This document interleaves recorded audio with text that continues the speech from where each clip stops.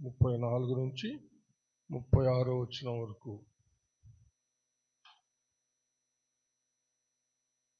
మీ హృదయములు ఒకవేళ తిండి వలనను మత్తు వలనను ఐహిక విచారముల వలనను మందముగా ఉన్నందున ఆ దినము అకస్మాత్తుగా మీ మీదికి ఉరి వచ్చినట్టు రాకుండా మీ విషయమై మీరు జాగ్రత్తగా ఉండుడి.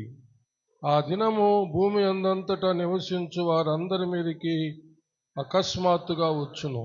కాబట్టి మీరు జరగబోవు వీటినెల్లను తప్పించుకొని మనుష్య కుమారుని ఎదుట నిలవబడుటకు శక్తి గలవారగునట్లు ఎల్లప్పుడూ ప్రార్థన చేయుచు మెలకువగా ఉండుడని చెప్పెను. దేవుడు తన పరిశుద్ధ వాక్యమును మన ఆత్మీయ మేళ నిమిత్తమై మన ఉనికిలో దీవించునుగాక. ఆమేన్. దయచేసి కూర్చోండి, ప్రార్థించుకుందాం. అందరూ తలంచి కళ్ళు మూసుకోండి. మహాపరిశుద్ధుడు అయిన మా ప్రియ పరలోకపు తండ్రి, దయగలిగిన మా దేవా యెహోవా, మీకు వందనములు, స్తుతులు, స్తోత్రములు చెల్లిస్తున్నాము. మీ దీన దాసుడునైన నన్ను మీ సిలువ చాటున మరుగు చేసుకొని నాతోనూ మా అందరితోనూ మాట్లాడమని క్రీస్తు పేర వేడుకొంచున్నాము తండ్రి. ఆమేన్. హల్లెలూయా. గత వారం మనం పేతురు రాసిన మొదటి పత్రిక 5వ అధ్యాయము 8 నుంచి 11 వరకు మనము చదివి ఒక అంశాన్ని మనం తీసుకున్నాం. ఏమిటది చెప్పండి? చెప్పండి. అందుకనే నెమరు వేయాలి అని చెప్పేది గుర్తుండడానికి. ఆదివారం వచ్చినటువంటి విన్న సందేశాన్ని వినేసి రాసుకొని పోయేసి అట్లా సెల్ఫ్లో బైబిల్ నోట్బుక్ పెన్ పెట్టేసేది కాదు. మళ్ళా ఒకసారి ధ్యానించినట్లయితే అది మన హృదయంలో నిలిచిపోతుంది అన్నమాట. చెప్పండి, ఒక్కరని చెప్పండి.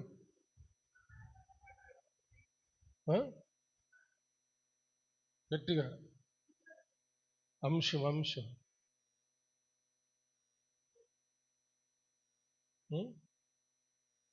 అంశం చెప్పండి. మెలకువగా ఉండుడి. మెలకువగా ఉండుడి. అంశము మనం తీసుకున్న అంశం అది, మెలకువగా ఉండుడి. దాంట్లో ఒక భాగం మనం ధ్యానించాం. ఏంటి? ఎవరిని మృంగుదునా అని గర్జించు సింహం వలె అపవాది వెతుకుతూ తిరుగుతున్నాడు కాబట్టి వాడి చేతిలో పడకుండా, వాని చేత మింగబడకుండా మనము మెలకువగలిగి ప్రార్థించాలి అని చెప్పి మనం తెలుసుకున్నాం అన్నమాట. అలాగనే వచ్చేటటువంటి క్రీస్తుని బట్టి వచ్చే శ్రమలలోనూ మన విశ్వాసాన్ని పోగొట్టుకోకుండా, మన విశ్వాసాన్ని వాడు మింగేస్తాడని, మన విశ్వాసాన్ని మనం పోగొట్టుకోకుండా వాడిని ఎదిరించాలని మనము చూసాం. హల్లెలూయా. ఈరోజు మనం చదివిన వాక్య భాగాన్ని బట్టి మనము మన ప్రభువుని ఎదుర్కోవడానికి మనము మెలకువగలిగి ప్రార్థించాల. మన ప్రభువుని ఎదుర్కోవడానికి ఇప్పుడు చదివినటువంటి వాక్య భాగంలో 2 భాగాలు ఉన్నాయి. 2 భాగాలు అయితే రెండో భాగం మొదట రాయబడింది, మొదట జరిగేదాన్ని తర్వాత రాశారనమాట. ఏంటి చెప్పండి? మొదట జరిగేదాన్ని చివరి వచనంలో రాశారు, తర్వాత జరిగేదాన్ని మొదటి వచనం 2 వచనాల్లో రాశారనమాట. ఏంటంటే మొదట జరిగేది ఏంటంటే మనం ప్రభువుని ఎదుర్కోవడానికి సిద్ధపడాలి. ప్రభు మధ్యాకాశానికి వస్తాడు. ప్రభు మధ్యాకాశానికి వస్తాడు. పెళ్లి కుమారుడుగా వస్తాడు అనమాట. హల్లెలూయా. పెళ్లి కుమారుడుగా వస్తాడు. మనం పెళ్లి కుమార్తెగా సిద్ధపడుతూ ఉన్నాం అన్నమాట. మనం పెళ్లి కుమార్తెగా సిద్ధపడుతున్నాం. మన క్రైస్తవ వివాహాలన్నీ కూడా దేవుని యొక్క వాక్యానుసారంగా నిర్మాణం చేయబడ్డాయి అన్నమాట. అందుకని మనము మొదట పెండ్లి కుమారుణ్ణి తీసుకొస్తాం వేదిక మీదకి. తర్వాత పెండ్లి కుమార్తెను తీసుకొస్తాం. అది బైబిల్లో ఉన్నటువంటి ఒక క్రమం అన్నమాట. దేవుడు ఆదిలో కూడా ఆదామును మొదట సృష్టించి తర్వాత ఆదాము యొక్క ప్రకటముఖం తీసి స్త్రీని సృష్టించి ఆమెను ఎక్కడికి తీసుకొచ్చాడు? ఆదాము దగ్గరికి తీసుకొచ్చాడని రాయబడింది. ఎక్కడ తీసుకొచ్చాడు? అప్పుడు ఆదాముని పేరు పెట్టమంటే అప్పుడు పేరు పెట్టాడు ఆయన. ఏమని? నా ఎముకల్లో ఎముక, నా మాంసంలో మాంసము, ఇది నరునిలో నుంచి తీయబడింది కాబట్టి నారి అని. వాళ్ళిద్దరిని భార్యాభర్తలుగా చేశాడు. ఈ క్రమాన్ని మనం పాటిస్తూ ఉండేది. మన బైబిల్ పండితులు కూడా, మన పితరులు కూడా చక్కగా వివాహ క్రమాన్ని కూడా అలాగనే రాశారనమాట. రేపు జరగబోయే దానికి అవన్నీ సూచనలుగా ఉన్నాయి. హల్లెలూయా.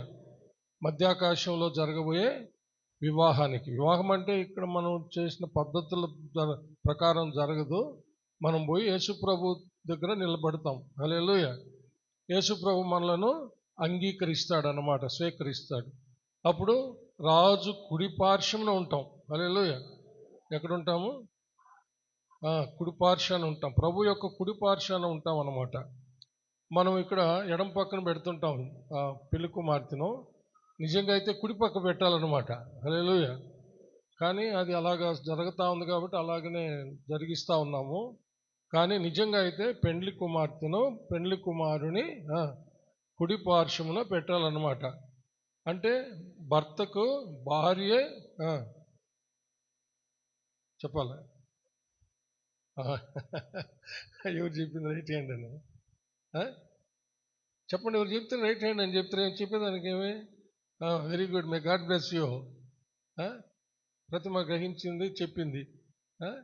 అవును, ఎవరు రైట్ హ్యాండ్? భర్తకి రైట్ హ్యాండ్ ఎవరండి? భార్య.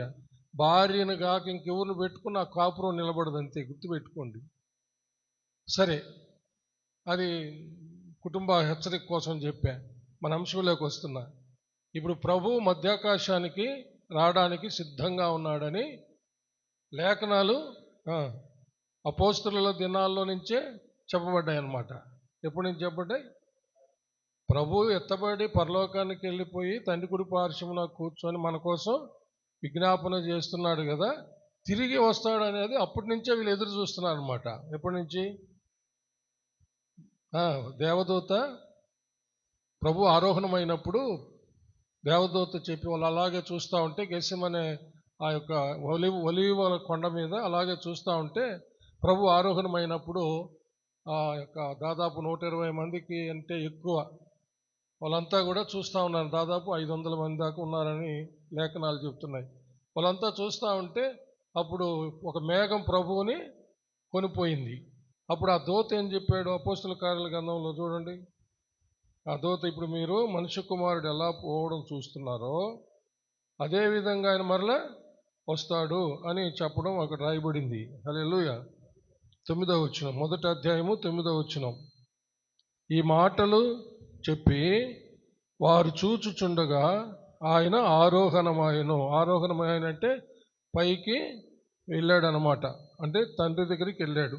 అప్పుడు వారి కన్నులకు కనబడకుండా ఒక మేఘము ఆయనను కొనిపోయెను. ఆయన వెళ్ళుచుండగా వారు ఆకాశం వైపు తేరి చూచుచుండిరి. ఇదిగో, తెల్లని వస్త్రములు ధరించుకొనిన 2 మనుషులు వారి యొద్ద నిలిచి, గలిలయ మనుషులారా, మీరెందుకు నిలిచి ఆకాశం వైపు చూచుచున్నారు? మీ యొద్ద నుండి పరలోకమునకు చేర్చుకొనబడిన ఈ యేసే ఏ రీతిగా పరలోకమునకు వెళ్ళుట మీరు చూచితిరో ఆ రీతిగానే ఆయన తిరిగి వచ్చునని వారితో చెప్పిరి. హల్లెలూయా. ఏ విధంగా మీరు పరలోకానికి ఆరోహణమవడం, ఎత్తబడడం చూశారో అదేవిధంగా ఆయన తిరిగి అందరూ చూచే విధంగా వస్తాడు అని చెప్పాడు అనమాట. అందరూ చూచే విధంగా, అందరూ చూస్తారు, రొమ్ము గుద్దుకుంటారు అని చెప్పబడింది. హల్లెలూయా. ఇది జరగక ముందు ఒక కార్యం జరుగుతుందన్నమాట. బహిరంగంగా అందరూ చూచేటట్టు ప్రభు వచ్చేదానికి ముందు మధ్యాకాశానికి ఆయన పెండ్లి కుమారుడుగా వస్తాడన్నమాట. మనం చదివిన వాక్య భాగంలోకి రండి. 34, 35 చదవండి. మీ హృదయములు ఒకవేళ తిండి వలనను మత్తు వలనను ఐహిక విచారముల వలనను మందముగా ఉన్నందున ఆ దినము అకస్మాత్తుగా మీ మీదకి ఉరి వచ్చినట్టు రాకుండా మీ విషయమై మీరు జాగ్రత్తగా ఉండుడి. ఇది రెండవసారి జరగబోయేది అన్నమాట. ఉరి వచ్చినట్టు వచ్చేది అంటే డైరెక్ట్గా ప్రభు వస్తాడనమాట. అది ఎలా ఉంటుందంటే అది ఉరి వచ్చినట్టు ఉంటుంది అనమాట. అంటే అది ప్రమాదం. ఉరి అంటే ప్రమాదం కదా. హలో, ఎందుకు అది ప్రమాదం అని రాయబడింది? దేవుడు ఆ సమయంలో అవిధేయులందరినీ తన నోటి ఊపిరి చేత సంహరిస్తాడనమాట. చెప్పులు కొట్టి దేవుని మహిమ పెడతాం.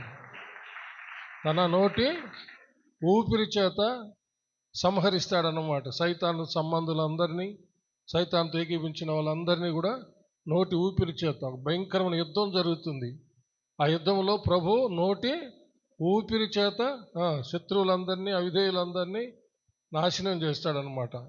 ఆ తర్వాత 1000 సంవత్సరాలు పరిపాలన చేస్తాడు. ఆ యుద్ధంలోనే సాతాన్ని బంధించి అగాధములో బంధించేస్తాడనమాట. ఆ తర్వాత 1000 సంవత్సరాలు ఆయన పరిపాలన చేసేది. ఇది బహిరంగంగా జరిగేటటువంటిది అనమాట. ఒలీవల కొండ మీద నుంచి ఎలాగైతే పరలోకానికి ఆరోహణమై వెళ్ళాడో అదే కొండ మీద అడుగు పెడతాడంట. హల్లెలూయా. ప్రభు ఆ కొండ మీద అడుగుపెట్టినప్పుడు ఆ ఒలీవల కొండ 2 భాగాలు అయిపోతుందంట. హల్లెలూయా. ఒక పెద్ద లోయ ఏర్పడుతుందంట. ఆ లోయలో ఆయన ప్రజల్ని, అంటే దేవునికి విధేయులై ఆ సమయంలో పశ్చాత్తాపడి ప్రభువుని వేడుకునే వాళ్ళందరినీ ఆ లోయలో దాచిపెడతాడంట దేవుడు. హల్లెలూయా. చప్పలు కొట్టి దేవుడిని మహిమపడతాం. అంటే ఆ జరిగే యుద్ధంలో వాళ్ళకి ఏ హాని రాకుండా ఆ లోయలో వాళ్ళని భద్రపరుస్తాడంట. ఇవన్నీ చరిత్ర చెబుతున్నటువంటివి, ప్రవచనాలు చెబుతున్నటువంటి సంగతులు. అయితే అది రెండవసారి జరగబోయేది. మొదటిసారి జరిగేది ఏంటంటే 36వ వచనం. కాబట్టి మీరు జరగబోవు వీటినెల్లను తప్పించుకొని మనుష్య కుమారుని ఎదుట నిలవబడుటకు శక్తి గలవారగునట్లు ఎల్లప్పుడూ ప్రార్థన చేయొచ్చు మెలకువగా ఉండుడని చెప్పాను. కాబట్టి అవన్నీ తప్పించుకోవాలంటే, హల్లెలూయా, ఆ భయంకరమైన పరిస్థితులన్నీ తప్పించుకోవాలంటే మనము ముందుగా మధ్యాకాశానికి పెండ్లి కుమారుడుగా రాబోతున్నటువంటి ప్రభువుని ఎదుర్కోవడానికి మనము సిద్ధపడాల. హల్లెలూయా. హలో, ఏం చేయాలా? సిద్ధపడాల. దానికి ఏమిటంటే ఎల్లప్పుడూ ప్రార్థన చేయొచ్చు మెలకువగా ఉండాలి. అంటే ఎప్పుడు వస్తాడో తెలియదు అనమాట. ఎప్పుడు వస్తాడో తెలియదు. పెండ్లి కుమారుడు వస్తున్నాడనే స్వరము వినబడుతుంది, అది ఎప్పుడో తెలియదు. అందుకనే ఎల్లప్పుడూ ప్రార్థన చేయొచ్చు మెలకువగా ఉండాలి. ఎల్లప్పుడూ ప్రార్థన చేయొచ్చు మెలకువగా ఉండమని చెప్పిన దానికి కారణం అదే. హల్లెలూయా. ఏంటి కారణం? ఎప్పుడు వస్తాడో తెలియదు కాబట్టి. ఎప్పుడు వస్తాడో తెలియదు కాబట్టి. దీన్ని పేతురు గారు ఏం చెప్పాడు? దొంగ వలె వస్తాడని చెప్పాడు అనమాట. పేతురు రాసినటువంటి 2వ పత్రిక. ఆయన ఎప్పుడు వస్తాడో తెలియదు, దొంగ వలె వస్తాడు. హల్లెలూయా. 10వ వచనం, 3వ అధ్యాయము 10వ వచనం. అయితే ప్రభు దినము దొంగ వచ్చినట్లు వచ్చును. ఆ దినమున ఆకాశములు మహాధ్వనితో గతించిపోవును, పంచభూతములు మిక్కుటమైన వేండ్రముతో లయమైపోవును, భూమియు దాని మీదనున్న కృత్యములను కాలిపోవును. ఇవన్నీ వీటిలో లయమైపోవును గనుక ఆకాశములు రవులుకొని లయమైపోవునట్టు, పంచభూతములు మహావేంద్రముతో కరిగిపోవునట్టు దేవుని దినపు రాకడ కొరకు కనిపెట్టుచు దానిని ఆశతో అపేక్షించుచు మీరు పరిశుద్ధమైన ప్రవర్తనతోనూ భక్తితోనూ ఎంతో జాగ్రత్త గలవారై ఉండవలెను. హల్లెలూయా. ఆ దినాన్ని తప్పించుకోవడానికి మనము జాగ్రత్తగా మెలకువగలిగి సిద్ధపడి ఉండాలంట. హల్లెలూయా. దీన్నే తెస్సలోనికీయులకు రాసినటువంటి మొదటి పత్రికలో 4వ అధ్యాయంలో చాలా స్పష్టంగా తెలియజేశారు. 14వ వచనం నుంచి చదువుదాం.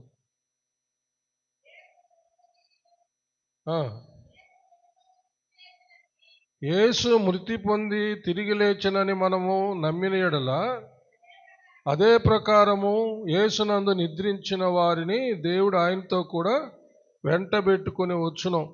మేము ప్రభు మాటను బట్టి మీతో చెప్పున్నదేమనగా, ప్రభు రాకడ వరకు సజీవులమై నిలిచిండు మనము నిద్రించిన వారి కంటే ముందుగా ఆయన సన్నిధి చారము ఆర్భాటముతోనూ ప్రధాన దూత శబ్దముతోనూ దేవుని బోరతోనూ పరలోకము నుండి ప్రభువు దిగి వచ్చును. హల్లెలూయా. ఎక్కడికి దిగి వస్తాడు? క్రీస్తునందుండి మృతులైన వారు మొదట లేతురు, ఆ మీదట సజీవులమై నిలిచియుండు మనము వారితో కూడా ఏకముగా ప్రభువును ఎదుర్కొనుటకు ఆకాశ మండలమునకు. ఎక్కడికి? ఆకాశ మండలమునకు. గుర్తుపెట్టుకోండి, ఆకాశ మండలమునకు మేఘముల మీద కొనిపోబడుదుము. ఇది సంఘం ఎత్తబడేది. దీన్ని ర్యాప్చర్ ఆఫ్ ద చర్చ్ అంటాం. హల్లెలూయా. అంటే సంఘము ఎత్తబడుట, సంఘం ఎత్తబడుట. ఇది మొదట జరుగుతుంది అన్నమాట. అంటే ఆకాశ మండలంలోనికి, మధ్యాకాశంలోనికి ప్రభు పెండ్లి కుమారుడుగా వస్తాడు. ఈ భూమి మీద సంఘమును సిద్ధపరుస్తున్నటువంటి పరిశుద్ధాత్మ దేవుడు పరిశుద్ధ అలంకారాలు మనకు అలంకరింపజేసి పరిశుద్ధతనే పెండ్లి వస్త్రంగా అంద సౌందర్యాలుగా ధరించి మనల్ని క్రీస్తు వలె రూపాంతరపరిచి పవిత్రురాలని పెండ్లి కుమార్తెగా మనల్ని చేసి పరిశుద్ధాత్మ దేవుడే మనలను మేఘాల మీద ప్రభు దగ్గరికి కొనిపోతాడనమాట. మనల్ని తీసుకుపోయేది ఆయనే. చప్పలు కొట్టి దేవుని మహిమపడదాం. పరిశుద్ధాత్మ దేవుడే మనల్ని ఇప్పుడు సిద్ధపరుస్తూ ఉన్నాడు. పరిశుద్ధాత్మ ప్రేరేపణతోనే లోకా గారు ఆ మాటలు రాశారు. కాబట్టి ప్రభువుని ఎదుర్కోవడానికి ప్రార్థన, ఎల్లప్పుడూ ప్రార్థన చేయొచ్చు, మెలకువగా ఉండుడి. మరొకసారి చప్పలు కొట్టండి. దీన్ని తేలిగ్గా తీసుకుంటే మనం ప్రార్థన చేయలేము. దీన్ని చాలా సీరియస్గా తీసుకోవాలి. ఎక్కడ తీసుకోవాలి? దీన్ని చాలా సీరియస్గా తీసుకోవాలి. పెన్నా నది పొంగి స్టౌనస్పేట మీదుగా ఎలంవారి దీనికి వస్తుంది అన్నారనుకో, ఏం చేస్తారు? నేను చెప్పి వినబడిందా? పెన్నా నది పొంగి స్టౌనస్పేట మీదుగా ఏసీనగర్ దాటుకొని ఎలంవారి దీనికి వస్తుంది అన్నారు. ఏం చేస్తారండి? తేలిగ్గా తీసుకుంటారా? చెప్పండి అమ్మా, తేలిగ్గా తీసుకుంటారా? సీరియస్గా తీసుకొని ఇక్కడి నుంచి మనము వెళ్ళిపోయి ఒక సురక్షితమైన స్థలానికి వెళ్ళే ఏర్పాటు చేసుకుంటాం. ప్రభుత్వం కూడా హెచ్చరిక చేస్తుంది కదా. అంత సీరియస్గా తీసుకోవాలి దీన్ని. ఎప్పుడు? Very good. చాలా సంతోషం. పరిశుద్ధాత్మదేవుడు సంచరిస్తూ ఉన్నాడు. ఎప్పుడంటే ఎల్లప్పుడూ. హల్లెలూయా. ఎప్పుడో చెప్పండి? అందుకని ఎల్లప్పుడూ సీరియస్గా తీసుకోవాలి దీన్ని. విన్నప్పుడే కాదు, ఆయా సమయాల్లో కాదు, ఎల్లప్పుడూ ఈ విషయాన్ని సీరియస్గా తీసుకొని ఎల్లప్పుడూ ప్రార్థన చేయొచ్చు. చెప్పండి, మెలకువగా ఉండాలి. వాళ్ళు మాత్రమే ఎత్తబడతారు, అంతే. వాళ్ళు మాత్రమే ఎత్తబడతారు. ప్రార్థన చేయకుండా, మెలకువగా ఉండకుండా మత్తుగా ఉండేటటువంటి వాళ్ళు విడిచిపెట్టబడతారు. విడిచిపెట్టబడుట బహు ఘోరం. ఎత్తబడిన వాళ్ళకి అక్కడ 7 ఏండ్లు విందైతే, విడిచిపెట్టబడిన వాళ్ళకి 7 ఏండ్లు ఇక్కడ భయంకరమైన శ్రమలు అన్నమాట.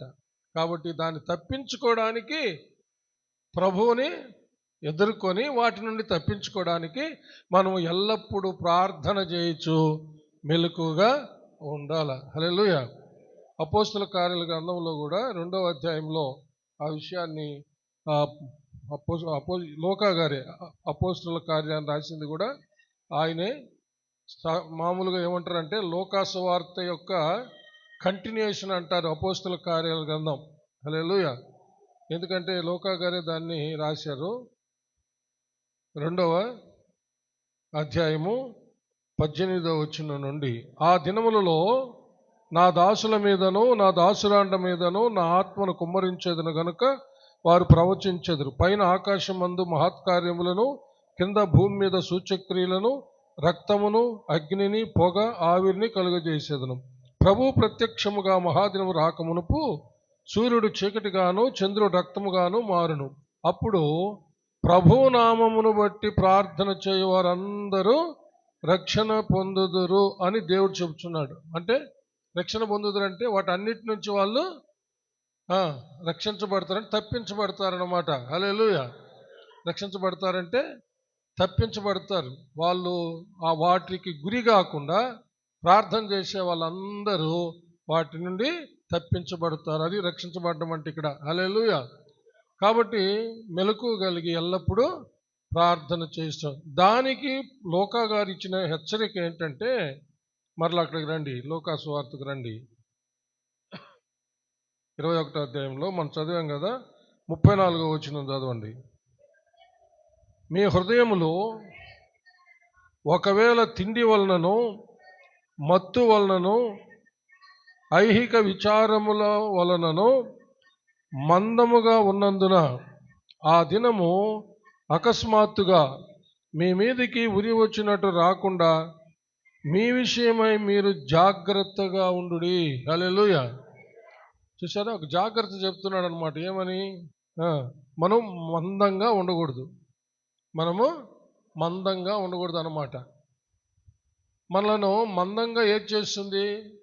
చురుకుగా మెలకుగా ఉండనీయకుండా మనలను చేసేది ఏంటో చెప్తున్నాడు ఆయన. ఈయన వైద్యుడు అనమాట. లోకా గారు వైద్యుడు. అందుకని ఎవరు రాయని విషయాన్ని ఈయన రాశాడు. 4 సువార్తల్లో ఈ విషయాన్ని రాసింది లోకా గారు ఒక్కరే. మనలను మందంగా మెలకువ లేకుండా చురుకుతనం లేకుండా మందంగా చేసేది ఏంటో ఆయన రాశాడు అనమాట. డాక్టర్ కాబట్టి కొంచెం అనుభవం కాబట్టి ఆయన రాశాడు. ఏంటంటే అది తిండి వలన, మత్తు వలన, ఐహిక 3 విషయాలు చెప్పాడు. చూడండి, ఈ లోకంలో ఇప్పుడే కాదు, అంటే అప్పుడే రాశాడంటే అప్పటి నుంచే ఇవన్నీ ఉన్నాయన్నమాట. ఏంది? తిండిపోతానం. తిండి తినకూడదు అనేది కాదు, తిండిపోతానం. మత్తుగా తిని నిద్రపోవడం అనేది చేయకూడదు. మనము ఎంతవరకు తినాలి? మనం మెలకువ కలిగి ఉండేదానికి ఆటంకం కలగకుండా మనము తినాలన్నమాట. కానీ చూడండి, లోకమంతా ఏముంది? ఒకసారి ట్రంక్ రోడ్డు లేకపోతే ఆ ఏరియాలు చూసిరండి, ఏ హోటల్స్ ఎక్కువగా ఉన్నాయా? ఏమి ఎక్కువగా ఉన్నాయో చెప్పండి. ఎక్కడ చూసినా తిండి. ఎక్కడ హోటల్ పెట్టినా, ఎక్కడ ఒక సెంటర్ పెట్టినా ప్రతి దగ్గర రష్యే. ప్రతి దగ్గర రష్. తర్వాత స్వీట్ స్టాల్స్. ప్రతి స్వీట్ స్టాల్ ఎన్ని స్టాల్స్ అన్నా పెట్టినాయి, ప్రతి దగ్గర. హలో చెప్పండి, ప్రతి దగ్గర రష్యే. తిండి తిండి తిండి తిండి తిండి. మన చేతిలో ఉన్న సెల్ ఫోను ఎన్నో రకరకాల భోజనాల గురించి చెప్తూ ఉన్నారనమాట. దానికి ఎంతో టైం వెచ్చించి స్త్రీలు రకరకాల రుచులు కోరుకొని చేసుకుంటున్నారు. కానీ ప్రార్థన చేస్తూ మెలకుగా ఉండాలనే దాన్ని మర్చిపోయారు. అవును, ఒక ప్రశ్న వేయినా, ఎంతమంది నిజంగా చెప్పండి, ఒక దినం రాబోతుంది, ప్రభు మనలను పిలవబోతున్నాడు మధ్యాకాశానికి, మనం మెలకుగా ఉండి ప్రార్థన చేస్తూ ఉండాలని నిజంగా ఎంతమందికి గుర్తుంది? ఎంతమంది దాన్ని గుర్తు చేసుకొని రోజు ప్రార్థన చేస్తున్నారు అని అడుగుతున్నా. నిజంగా చెప్పాలా? చేయెత్తి. ఎంతమంది అలాగ జ్ఞాపకం పెట్టుకొని చేస్తున్నారు? బాగా చేయొద్దండి. అందరు కాదు, అందరు చేయొత్తమని చెప్పలా, నేను ప్రార్థన చేసే వాళ్ళని. చూడండి, చాలా కొద్ది చేతులే. అంటే అది గుర్తు లేదన్నమాట. ఇప్పుడు ఏం జరుగుతుంది? రేపు ప్రభు హఠాత్తుగా కడబూర ధ్వని వచ్చేసింది అనుకో, ప్రభు పిలిచాడు, అప్పుడు ఏం చేస్తారు? మెలకువగలిగి రోజు గుర్తుపెట్టుకొని ప్రార్థన చేస్తున్నారే వాళ్ళు మాత్రమే వెళ్ళిపోతారు అంతే. మిగతా వాళ్ళ సంగతి ఎట్లా? అందుకని ఇది ఎప్పుడు గుర్తుపెట్టుకొని మెలకువగలిగి ప్రార్థన చేస్తూ ఉండాలి. తిండిపోతనంతో మత్తుగా ఉండొద్దు. ఈ లోక సంబంధమైనటువంటి విషయాల్లో ఎక్కడ చూసినా అనేక విధాలైనటువంటి రుచులని, ఆ రుచులని, ఈ రుచులని, ఆ ఛాయి, ఈ ఛాయి, అబ్బా. మన రోడ్లోనే, మన నెల్లూరు ముత్తుకూరు రోడ్డు సెంటర్లో నుంచి ఇక్కడికి వచ్చేటడికే ఒకప్పుడు భయంకరంగా ఉన్నటువంటి ఆ యొక్క పెంటదిబ్బల ప్రాంతం అంతా ఇప్పుడు బాగా మారిపోయింది. సంతోషమే. కానీ ఎక్కువ తిండి హోటల్సే. ఒక పక్కన మందు షాపులు, ఒక పక్కన తిండి షాపులు, ఒక పక్కన బార్లు. ఇవన్నీ ఏం చేస్తాయి? మనిషిని మత్తు చేసేస్తాయి. అందుకని రెండోది ఏంది? మత్తు వలన, తిండి వలన, మత్తు వలన. అంటే మత్తు పానీయాలు కానీ మత్తు పదార్థాలు. ఎంతమందిని పట్టుకుంటున్నారా ఎక్సైజ్ వల్ల? ఈ మత్తు పదార్థాలు స్మగ్లింగ్ చేసే వాళ్ళని ఎంతమందిని పట్టుకుంటున్నారు కదా. ప్రపంచవ్యాప్తంగా ఈ మత్తు పదార్థాలను స్మగ్లింగ్ చేస్తున్న ఎంతమందిని పట్టుకొని అరెస్ట్ చేసినా కూడా దాన్ని అంటే అంత మత్తుకు బానిసైపోతున్నారు, పిల్లలతో సహా. అందరూ తేడా లేదు, పెద్దలు, పిల్లలు, అందరూ, స్త్రీలు కూడా. నేను చెప్పాను కదా చాలా సంవత్సరాల క్రితం, ఒకసారి నేను శుక్రవారం కపడపాలెం ఉపవాస ప్రార్థనకి వెళ్ళి అక్కడ ఏబిఎం కాంపౌండ్ దగ్గర నిలబడుకో ఉన్నా. ఆ రోజు సైకిల్ లేదో మరి ఏందో అక్కడ ఏదో తీసుకొని రావాలన్నమాట. ఒక ఇద్దరు పడతా లేస్తా వస్తున్నారనమాట, ఒక ఆడ మగ. అప్పుడు నేను ఆ పక్కనుండే వాళ్ళు ఏందో వాళ్ళు అట్లా వస్తున్నారంటే, వాళ్ళు ఇప్పుడే బ్రాంచ్ షాప్లో నుంచి వస్తున్నారు సార్, మీరు చూడలేదా అన్నాడు. నిజంగా అప్పుడు దాకా అంటే నేను ఎంత అమాయకుడినంటే, అంటే నేను అక్కడ చెప్పుకోవడానికి కాదు, నాకు ఈ లోకంలో కొన్ని తెలియవు. నిజంగా ఆ రోజు దాకా నాకు అసలు స్త్రీలు తాగుతారని తెలియదు. ఆడవాళ్ళు తాగుతారనేది నాకు తెలియదు ఆ రోజు వరకు.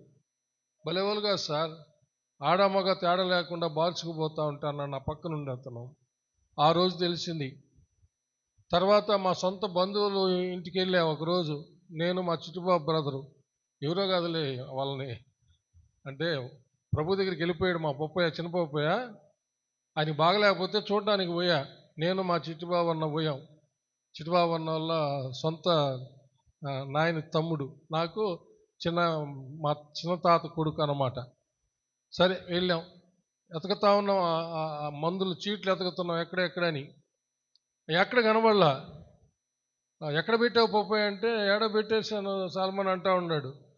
నేనేం చేశాను, వెనక యేసు ప్రభు పట్టం ఒకటి ఉన్నింది, వాళ్ళ మంచం వెనక షెల్ఫ్లో యేసు ప్రభు పట్టం ఉన్నింది. ఆ వెనక పెట్టాడేమని తీస్తే వెనక బ్రాంతి బాటిల్ ఉంది. వెనక యేసు ప్రభు పట్టం వెనక బ్రాంతి బాటిల్ పెట్టుకున్నాడు. ఎట్ట బాగా అవుతుంది పప్పయ్య నీకు అని అన్నా. గమ్ముకున్నాడు. హలో,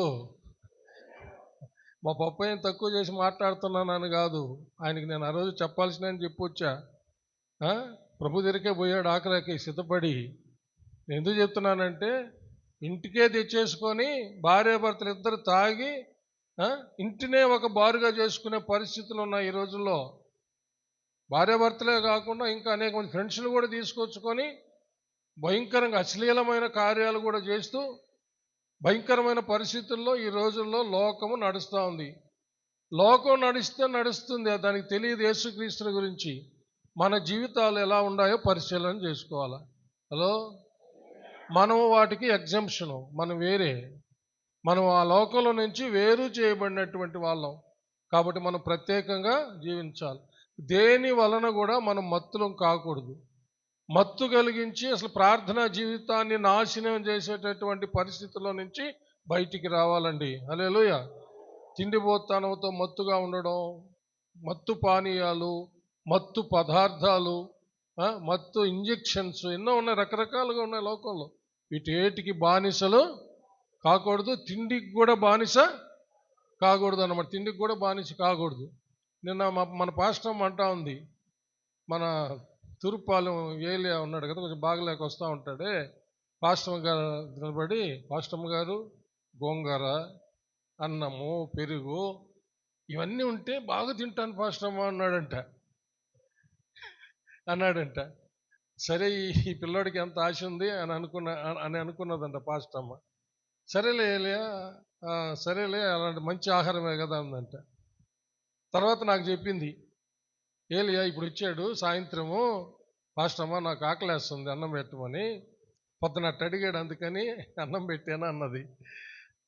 అంటే నేను ఎందుకు చెప్తున్నానంటే అతనికి అవసరం ఆ అన్నం, అతనికి పెట్టొచ్చు, అది కాదనలా నేను. కానీ మనిషి యొక్క మనసు ఆశలు ఎట్టున్నాయంటే ఈ తిండి మీద రకరకాల రుచుల మీద ఆశలు ఉన్నాయన్నమాట. ఒక డాక్టర్ గారు ఇలా అన్నాడు ఒక ఇంటర్వ్యూ చేస్తూ, ఒక వ్యక్తి నాకు నిద్రే రావడం లేదని చెప్తున్నాడు అనమాట ఆ ఇంటర్వ్యూలో. అవును, నువ్వు చిన్నప్పటి నుంచి ఏం తింటున్నావు అని అడిగాడు. మేము మంచి రైస్ తింటున్నాము అని చెప్పాడు. మాకు రైస్, మంచి రైస్ ఉండేది, రైస్ తినేవాళ్ళం. అంటే ఇప్పుడు ఏం తింటున్నావు అన్నాడు. ఇప్పుడు అది ఇది తినకూడదని చెప్పారు, రైస్ మానేసి అది ఇది తింటున్నాము అంటే అందుకే నీకు నిద్ర రాలేదని చెప్పాడు ఆ డాక్టర్ గారు. నీకు అందుకే నిద్ర రాలేదని చెప్పాడు. ఎందుకంటే చిన్ననాటి నుంచి ఏ ఆహార పదార్థాలు మనకు అలవాటో అవి తింటేనే మన శరీరం పనిచేస్తుందంట.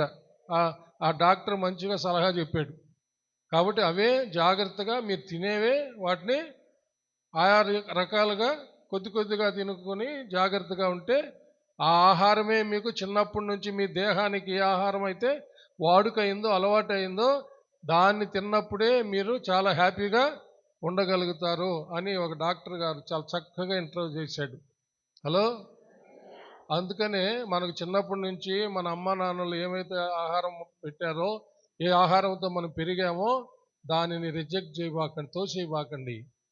ఒకవేళ ఎక్కువ తినకూడదు అని షుగరు, బీపీలు వచ్చినట్టు వాళ్ళు చెప్పినప్పుడు అది కొంచెంగా వాళ్ళే చెప్తారు కదా డాక్టర్స్, అలాగే చేసుకొని తినండి. అంతేగాని కంప్లీట్గా ఆహారపు అలవాట్లు, మనకు తెలియని ఆహారపు అలవాట్లు ఈ మీడియాలో ఈ యొక్క వీటిల్లో తీసుకొని వచ్చి భయంకరంగా తిని, భయంకరంగా మసాలాలంతా తిని మత్తుగా ఆహారం తిని బాడీని చెడుపుకునేటటువంటి పరిస్థితి కూడా, జీవించేదానికి ఇబ్బందే, ఎత్తబడేదానికి కూడా. చెప్పండి, ఈ భూమి మీద మంచిగా జీవించడానికి ఇబ్బందే, పరలోకానికి ఎత్తబడడానికి కూడా ఇబ్బందే, గుర్తుపెట్టుకోండి. అందుకనే కొరింథీయులకు రాసిన మొదటి పత్రిక 3వ అధ్యాయం 16వ వచనంలో సెలవిచ్చింది ఏమిటి? ఈ దేహాన్ని పాడు చేసుకోకూడదంట. చదవండి. మీరు దేవుని ఆలయమై ఉన్నారనియో, చూడండి బైబిల్ చూడండి అందరూ. మీరు దేవుని ఆలయమై ఉన్నారనియో, దేవుని ఆత్మ మీలో నివసించుచున్నాడనియో మీరు ఎరుగురా? ఎవడైనను దేవుని ఆలయమును పాడు చేసిన ఎడల దేవుడు వానిని పాడు చేయును. దేవుని ఆలయం పరిశుద్ధమై ఉన్నది, మీరు ఆ ఆలయమై ఉన్నారు. చూసారా, ఈ రకరకాలుగా కృత్రిమమైనటువంటి పద్ధతుల్లో తయారు చేసుకున్నటువంటి ఆహార పదార్థాలు, మత్తు పదార్థాలు, మత్తు పానీయాలు ఇవన్నీ ఈ శరీరాన్ని ఏం చేస్తున్నాయంట? పాడు చేస్తున్నాయి. ఇది దేవుని ఆలయం, దేవుడు నీకు ఇచ్చిన గిఫ్ట్, నీ బాడీ, నీ శరీరం. హల్లెలూయా. దేవుడు నీకు ఇచ్చిన బహుమానం ఈ శరీరం. ఈ దేవుడిచ్చిన బహుమానమైన ఈ శరీరాన్ని నీవు ఏ విధంగానూ పాడు చేయకూడదు. దాన్ని నువ్వు కాపాడుకోవాలి. నీవు బుద్ధిపూర్వకంగా తెలిసి దేహాన్ని గనక పాడు చేస్తే, అంటే దేవుని ఆలయమైన ఈ దేహాన్ని పాడు చేస్తే దేవుడు పాడు చేస్తాడంట. దేవుడు పాడు చేసేది ఏంది? దేవుడు కడతాడు కానీ పాడు చేసేది ఏంది? చేస్తాడా? పాడు చేస్తాడా? నిన్ను నన్ను పాడు చేస్తాడా? పాడైపోయిన మనల్ని బాగు చేయడానికి వచ్చాడు కదా యేసయ్య. నశించిన దాన్ని వెతక రక్షించడానికి వచ్చాడు కదా. పాడైపోయిన మనల్ని బాగు చేయడానికి వచ్చాడు కదా. దీని అర్థమైంది, తీర్పు తీర్చి, వాని క్రియలను బట్టి తీర్పు తీర్చి, వాడు తీర్పులో తేలిపోయినట్లయితే నరకాగ్నికి అప్పగిస్తాడని దాని అర్థం. హలో, ఆయన తీర్పు తీర్చి ఆ తీర్పులో కనుక అతడు నెగ్గకపోతే అతన్ని, చెప్పండి, నరకాగ్నిలో వేస్తాడు. అది అనమాట దాని అర్థం. దేవుడు పాడు చేస్తాడంటే మనలను ఈ భూమి మీద పాడు చేస్తాడని కాదు. పాడైపోయిన మనలను బాగు చేయడానికి వచ్చాడు కదా. చప్పలు కొట్టి దేవుని మహిమ పెడదాం. Praise Lord. కాబట్టి వీటి అర్థాలు చాలా చక్కగా తెలుసుకొని జాగ్రత్తగా మెలకువగలిగి మనము సిద్ధపడాలని జ్ఞాపకం చేస్తున్నాను. మూడవది ఏమంటున్నాడంటే లూకా గారు, రండి అక్కడికి రండి మరలా. ఐహిక విచారముల వలన, ఐహిక విచారాలు అంటే ఈ భూ సంబంధమైన వాటి మీద దిగులు, ఈ భూ సంబంధమైన వాటి మీద దిగులు, చింత. ఏమి తింటాము, ఏమి తాగుతాము, ఏం కట్టుకుంటాము, వాడు 1000 రూపాయలు డ్రెస్ చేసాడే, ఆమె 10,000 రూపాయలు చీర కట్టింది, వాడు ఒక అంతస్తు కట్టాడు, నేను 2 అంతస్తులు కట్టాలి కదా, వాడు 10,000 మొన్న 1,00,000 రూపాయలు బైక్ కొన్నాడు, నేను 1,50,000 రూపాయలు బైక్ కొనాలి కదా. హలో, ఇలాంటి భయంకరమైనటువంటి ఆలోచనలు చేతగాని వాడిని చేసేస్తాయంట. హలో, ఇవన్నీ మత్తుగా చేసేస్తాయంట. తిండిపోతనం ఎంత మత్తుగా చేసేస్తుందో, తాగుబోతనం, మాదక ద్రవ్యాలన్నీ ఏ విధంగా మత్తును చేసేస్తాయో, ఈ విధమైన ఆలోచనలు కలిగిన వాళ్ళు కూడా ఏ పని బాట చేయకుండా అలా ఆలోచిస్తూ మత్తుగా ఉండిపోతారంట. ఈ ఆలోచనలు కూడా అంత ప్రమాదము. హలో, నేను చెప్పాను కదా ముందుగా, ఆయన వైద్యుడు కాబట్టి ఈ యొక్క ఐహిక విచారాలన్నీ, దేవుడు రేపటి గురించి ఆలోచించొద్దు అని చెప్తుంటే, రేపు కాదు కదా, సంవత్సరం రోజుల గురించి ఆలోచిస్తూ ఉంటాడు ఈ మానవుడు.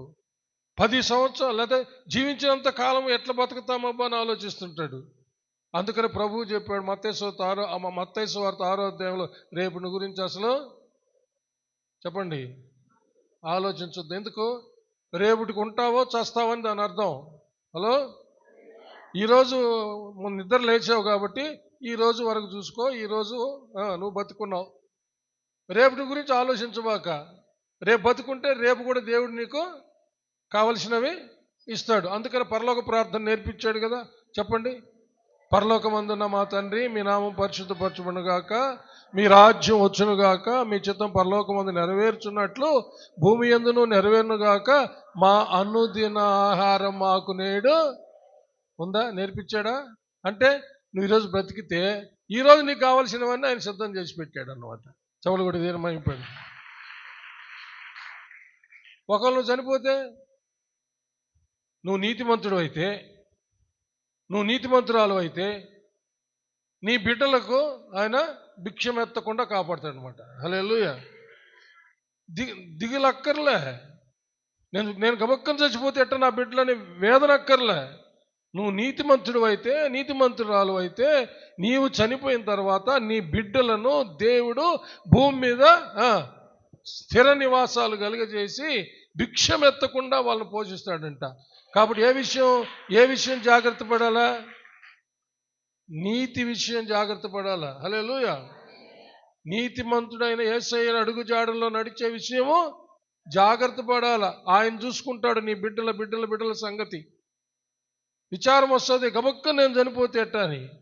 ఎవరికన్నా ఒకవేళ ఏదైనా భయంకరమైన వ్యాధి వచ్చింది అనుకోండి, డాక్టర్స్ ఏందయ్యా మెడ్రాస్కి పోవాలి, అక్కడికి పోవాలంటే వెంటనే భయం వచ్చేస్తుంది. ఇప్పుడు నేను చచ్చిపోతే నా భార్య ఎట్టా, నా బిడ్డ ఎట్టా, నా భర్త ఎట్టా, ఇట్లా వచ్చేస్తుంది. మనిషి సహజం. అయితే దానికి ఎట్లా మనం ఫేస్ చేయాలి ఆ సమస్య, చెప్పలు కూడా దేని భయపడతాం, దాన్ని ఎలా ఎదుర్కోవాలి అనేది బైబిల్ చెప్తున్న సత్యం ఏమిటంటే, దేవుని మీద విశ్వాసం ఉంచి మనం దాన్ని ఎదుర్కోవాలి. హల్లెలూయా. దేవుడు ఆ సమస్య నుంచి విడిపించి దీర్ఘాయుష్మంతులను చేస్తాడు. డాక్టర్ కొద్ది రోజుల్లో కొద్ది నెలలో చచ్చిపోతాడు అని చెప్తే దేవుడు దీర్ఘాయుష్మంతులను చేస్తాడు. హల్లెలూయా. మన చర్చిలోనే ఉన్నారు, 5 నెలలకి అమ్మాయి చచ్చిపోతుందని చెప్పారు. మన నిరంజన్ వాళ్ళ అక్క విజయ, వాళ్ళ భర్త ఎయిడ్స్తో చనిపోయాడు. వాళ్ళ సొంత బంధువు ఉన్నాడు, మాకు కూడా సొంత బంధువే, పాస్టర్ వాళ్ళ తరపున. ఆయన పశువుల డాక్టరు. ఇంకా 5 నెలలకి అమ్మాయి చచ్చిపోద్ది సాల్మన్ అని చెప్పాడు నాకే చెప్పాడు. ఇంకా 5 నెలలకే అమ్మాయి కూడా చచ్చిపోద్ది. విజయ అంటే ఆయన భార్య విజయ. ఇప్పుడు కూడా బతికుంది, గుడిలో ఉంది చూడండి. హల్లెలూయా. చప్పలు కొట్టి దేవుని మహిమ పెడతాం. హలో, ఈ మధ్యన కూడా మళ్ళీ చచ్చిపోయేంత పరిస్థితి వచ్చింది, మళ్ళా దేవుడు లేపేశాడు. చప్పలు కొట్టి దేవుని మహిమ పెడతాం. నీతిమంతుల్ని వారి సంతానాన్ని దేవుడు చెప్పండి విడిచిపెట్టాడు. హల్లెలూయా. పెద్ద పెంచిన మామ నీతిమంతుడిగా జీవించి చచ్చిపోయాడు. ఆయన చనిపోయే రోజు కూడా ఉపవాసం ఉండి బైబిల్ చదువుతూ దేవుని దగ్గరికి వెళ్ళిపోయాడు. హలో, చెప్పలు కూడా దేని పెడతాం. నీతిమంతుల సంతానాన్ని దేవుడు విడిచిపెట్టాడండి. హల్లెలూయా. ఒక వాక్యం చెప్పి నేను ముగిస్తాను దయచేసి. కీర్తనల గ్రంథం 37వ కీర్తనలో నీతిమంతుల సంతానాన్ని గురించి ఒక గొప్ప వాగ్దానం ఉందండి. దాన్ని ఎప్పుడూ మర్చిపోకూడదు మనం. 25వ వచనం చదవండి. అందరూ బైబిల్ చదవండి ప్లీజ్. పైన ఉన్న వాళ్ళు కూడా, అందరూ వెనకున్న వాళ్ళు కూడా ఒకసారి అందరూ చప్పట్లు కొడతారా? హల్లెలూయా. చూడండి, నేను చిన్నవాడనై ఇంటిని, ఇప్పుడు ముసలివాడనై ఉన్నాను. అయినను నీతిమంతులు విడవబడుట గాని వారి సంతానము భిక్షమెత్తుట గాని నేను చూచి ఉండలేదు. హల్లెలూయా. చప్పట్లు కొట్టి దేని మహిమ ప్రైజ్లా. నువ్వు నీతిమంతురాలుగా జీవించు చాలు. నువ్వు ఒకవేళ దేవుని చిత్తమై చనిపోతే నా బిడ్డలు ఎట్టని దిగులు పడాల్సిన అక్కర్లే. వారిని భిక్షమెత్తకుండా కాపాడే దేవుడు, వారి సంతానాన్ని విడువని దేవుడు, వారిని భిక్షమెత్తకుండా పోషించే దేవుడు. నువ్వు బతికుండి కూడా వాళ్ళ పట్ల చెయ్యలేని కార్యాలు ఆయన గొప్ప ప్రణాళిక ప్రకారము చేసి గనులైన వారుగా చేస్తాడు ఈ లోకంలో. ఆఖరికి దేవుని సన్నిధిలో దేవదూతల ఎదుట వారిని గనులుగా చేస్తాడు దేవుడు. హల్లెలూయా. కాబట్టి ఏమి తింటాము, ఏమి తాగుతాము, ఎట్ట బ్రతుకుతాము, నేను చచ్చిపోతే ఎట్టబ్బా, వాళ్ళు చచ్చిపోతే ఎట్ట, అవి ఎవరు దక్కుతాయి, ఈ సంపాదించిందంతా నా బిడ్డలకు దక్కుతుందో లేదో, ఈ ఐహిక విచారాలన్నీ కూడా తిండిపోతనం ఎంత మత్తు కలిగిస్తుందో, తాగుబోతనము, మాదక ద్రవ్యాలు, మత్తు పదార్థాలు ఎంత మత్తును కలిగిస్తాయో, ఈ ఆలోచనలు కూడా అంతే మత్తును కలిగజేస్తాయి. జాగ్రత్త, వాటిల్లో పడకుండా మెలకువగలిగి ప్రార్థన చేస్తూ ఉండండి. ప్రభువు వాకిట్లోనే ఉన్నాడు. ఏ క్షణమైన ఆయన మధ్యాకాశానికి వస్తాడు, పిలుపు వస్తుంది. హల్లెలూయా. తన వారందరిని పిలుస్తాడు, పరిశుద్ధాత్మ దేవుడు తీసుకొని పోతాడు అని జాగ్రత్తగా ఉండమని మెలకువగలిగి చెప్తున్నాను అనమాట. హల్లెలూయా. ప్రార్థన చేసుకుందామా? అందరు నిలబడండి ఒకసారి.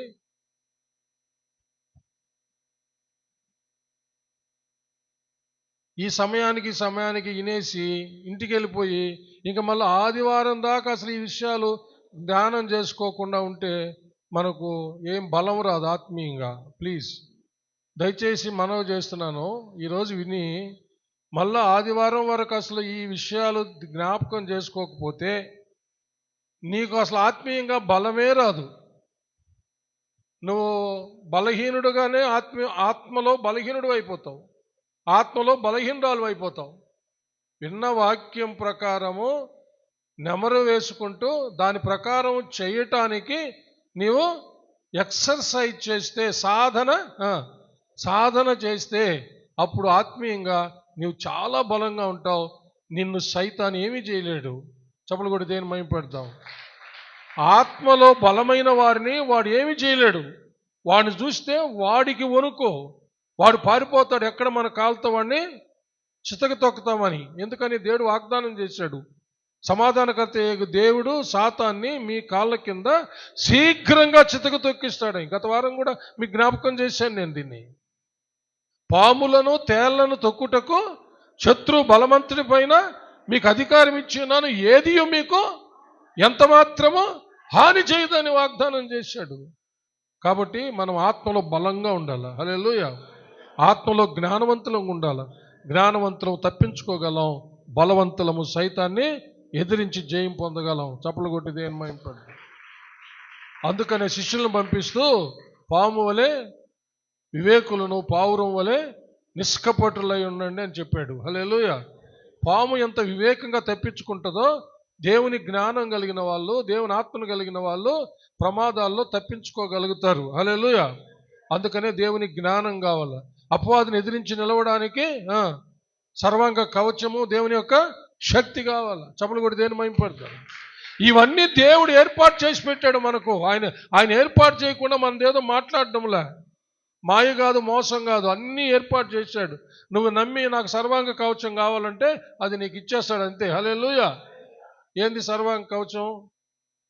నీతి అనే మైమరు, సత్యం, నడుముకి దేహానికి నీతి అనే మైమరువు, నడుముకి సత్యం అనే దట్టి, పాదములకు శుద్ధ మనసు అనే జోళ్ళు, అపవాది వేసి అగ్నిబాణాలు ఆర్పడానికి విశ్వాసం అనే డాల్ ఒక చేతికి, ఇది డాల్ అనుకోండి, విశ్వాసం అనే డాల్ ఒక చేతికి, వాక్యం అనే ఆత్మకటకం ఒక చేతికి, ఇవన్నీ కాక రక్షణ అనే శిరస్థానం తలకి, అంటే ఒక సైనికుడిగా ఈ సర్వాంగ కవచం నాకు కావాలి ప్రభా, సాతాన్ని ఎదిరించి నిలవడానికంటే నీకు ఆయన ఇస్తాడు. ఆత్మశక్తి కావాలి ప్రభా, దైవ బలం కావాలి ప్రభా, అపవాదిని చితక దొక్కడానికంటే ఇస్తాడు.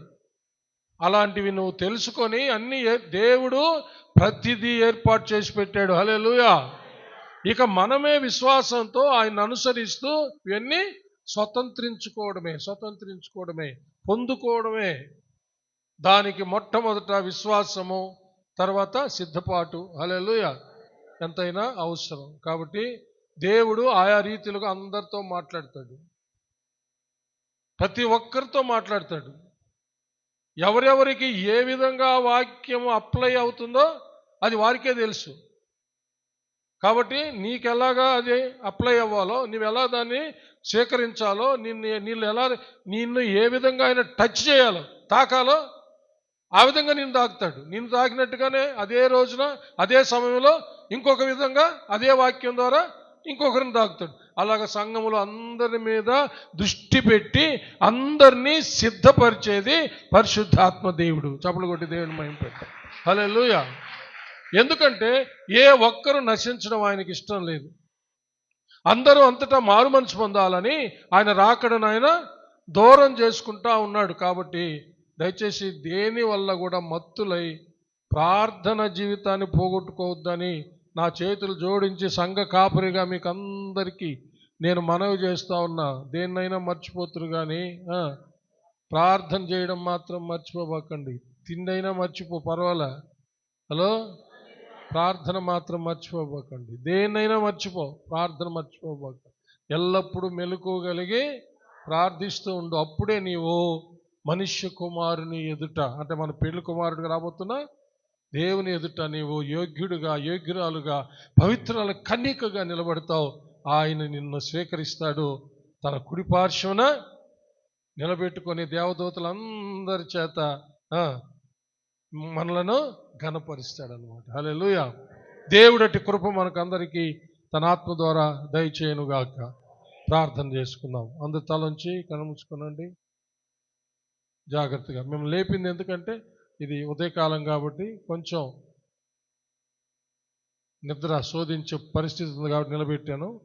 దయచేసి ప్రార్థన చేసుకుందాం. హల్లెలూయా. అందరూ ఎవరికి వాళ్ళ తలంచి కళ్ళు మూసుకున్నట్టుగా. పాస్టమ్ గారు ఇక్కడ, పాస్టమ్ గారు ఉన్నారా? ప్రార్థన చేయండి. మైకి నాయన.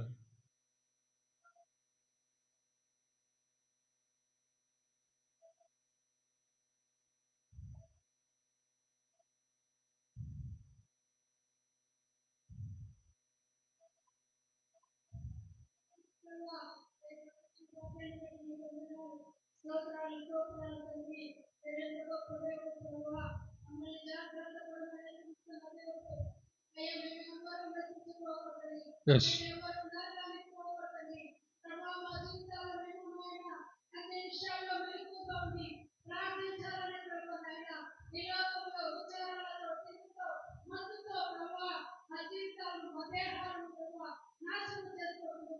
Yes my Jesus. అవునండి.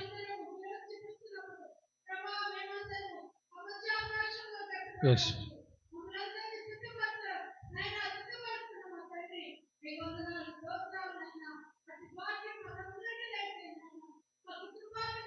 Yes my Jesus.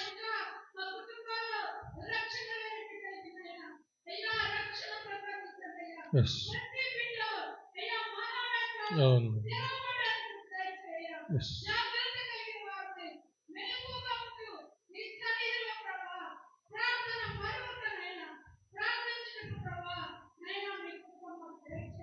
Yes.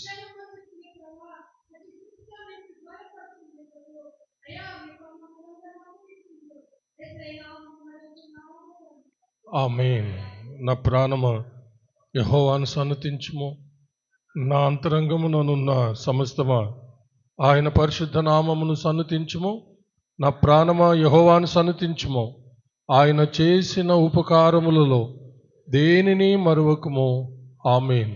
మన పరమ తండ్రి అయిన దేవుని ప్రేమ, కుమారుడైన యేసుక్రీస్తు ప్రభుల వారి యొక్క కృప, పరిశుద్ధాత్మ దేవుని అన్యోన్య సహవాసము, సన్నిధి, కాపుదల, భద్రత, నడిపింపు ఇప్పుడు ఎల్లప్పుడూ సదాకాలము మీకు అందరికును, మీ బిడ్డలకు, మీ బిడ్డలకు మీరు కలిగి ఉన్న సమస్తానికి తోడై దీవించి ఆశీర్వదించి కాచి కాపాడునుగాక. ఆమేన్, ఆమేన్, ఆమేన్. May God bless you all. Yesayya నామములో అందరికీ వందనాలు. ఒకరొకరు